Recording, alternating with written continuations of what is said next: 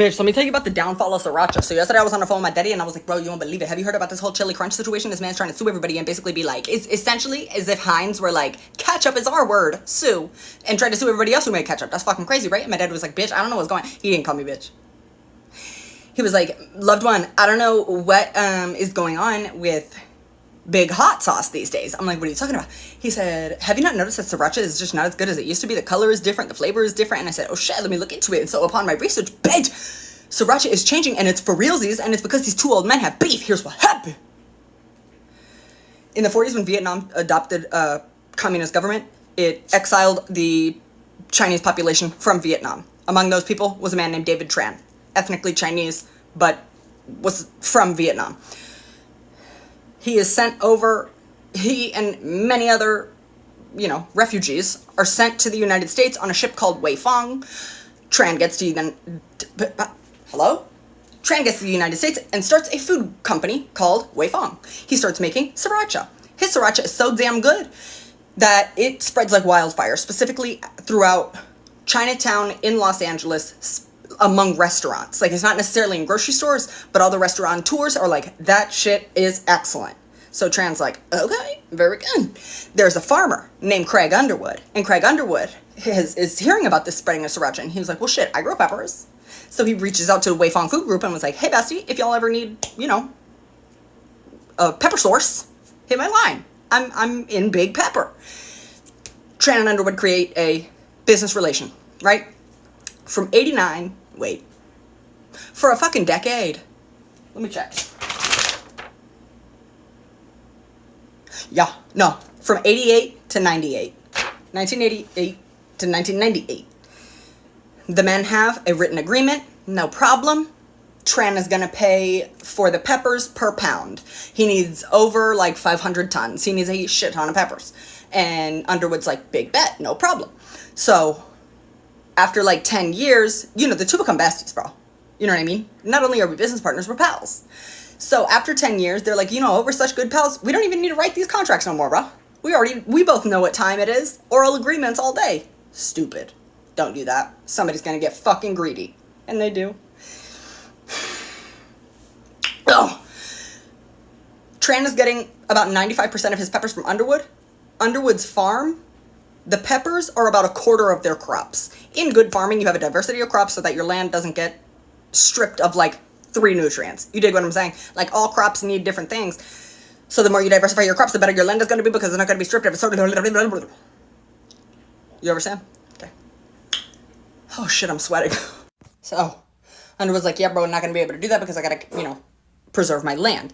And Tran says, well, let me hit you with a counteroffer real quick. How about, rather than paying you per pound of pepper, I pay you per acre. So even if the acre doesn't yield shit, you'll still be getting paid. And Underwood's like, well, shit, I'm a farmer, but I'm also a businessman. Let's do it. Mind you, this was in 2005. At this point, we're on an oral agreement basis. So it is unclear whether or not that was ever written out. Okay? Then, later on, Tran, his COO of his company, is his sister-in-law, Donna.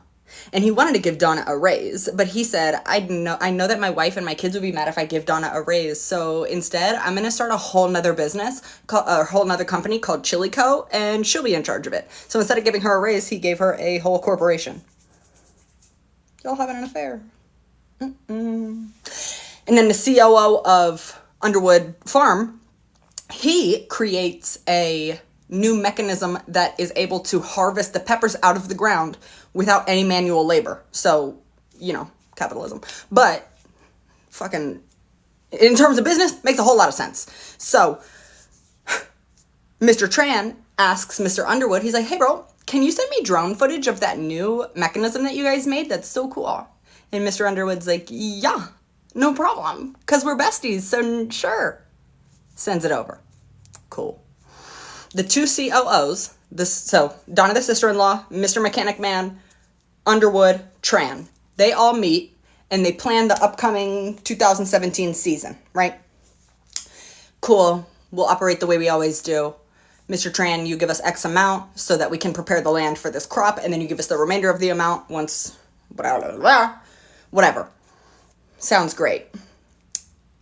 At some point, Mr. Tran goes to the man who made the machine, the COO of Underwood, and is like, hey, bro, you should come and work for me.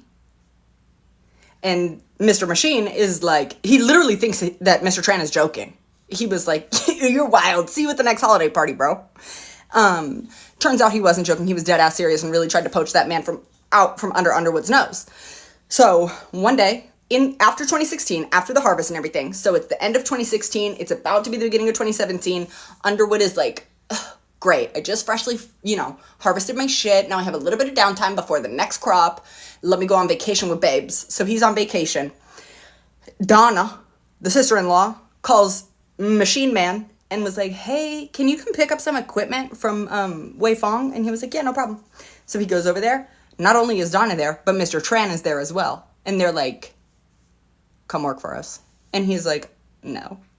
And they're like, okay, well, if you don't work for us, then you need to change the price. Don't. Knock it all the way down. We're not going to pay you per acre anymore. We're going to go back to paying you per crop. And we're going to pay you like significantly less because this company over here said that they could do it for this amount. And he's like, what the fuck? Craig isn't even here to like defend himself or talk to any, what? And they were like, oh, and also, we're not going to buy any fucking peppers from you if you don't. And he's like, leaves, calls Underwood immediately, and is like, what the fuck is happening? Mr. Underwood comes back from vacation, sends Wei Fong a message, and was like, hey, bro, you never give us the money to prepare the land, even though we all four met like a week ago. And then when we met, right after, I went on vacation, and then you tried to go behind my back and get my guy, and then you threatened him with all this extra shit. You never even gave us the money to prepare the land, so bitch, I don't have no peppers for you this year. And Mr. Tran was like, okay, well, you remember that little $1 million that I gave you? I need that shit back. So when the four meet at the end of 2016, in their typical style of verbal agreements, Tran verbally agrees that he will give Underwood $18 million to prepare the land, which is now like 2,000 acres for straight up one crop. He begins making the payment. Of the $18 million, he gave about 1.5. Okay? The four have the meeting. Everything is great. They're expecting, Underwood and them are expecting, awesome. 2017 is going to go the way the past couple decades have gone. Cool. Underwood goes on vacation. Donna and Tran then basically are like kind of ganging up on Mr. Machine. And they're like, so here's what we need. If you're not gonna work for us, then this shit needs to be significantly discounted because so-and-so company said that they can do the same shit as you for this amount, Just like tremendous breaches of contract. Underwood comes back from vacation, he writes Wei Fong and he's like, what the hell? Not that, but he's like, I have no pepper for you, bitch. You were supposed to give me $18 million to prepare this land, you gave me 1.5. And now I have no peppers and no fucking harvest. I had to lay off half of my employees. Basically, he lost fucking everything in, like, Mr. Underwood did. Because Mr. Tran was like, psych, we're not in a contract anymore. And Underwood was like, ugh. And then Tran has the nuts to take Underwood to court and be like, and that little $1 million that I gave you of the 18 that I said I would give you, I need that back. And Underwood was like, what the fuck? How about you owe me for the entire season that you screwed me out of? So Tran, although he was the initial one trying to sue for $1 million, Underwood ended up countersuing, and Tran owed Underwood like $20 million.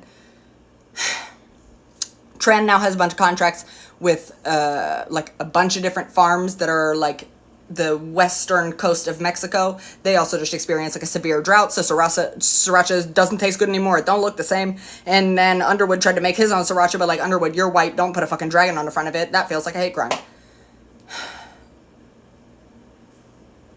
Rest in peace, sriracha, for real.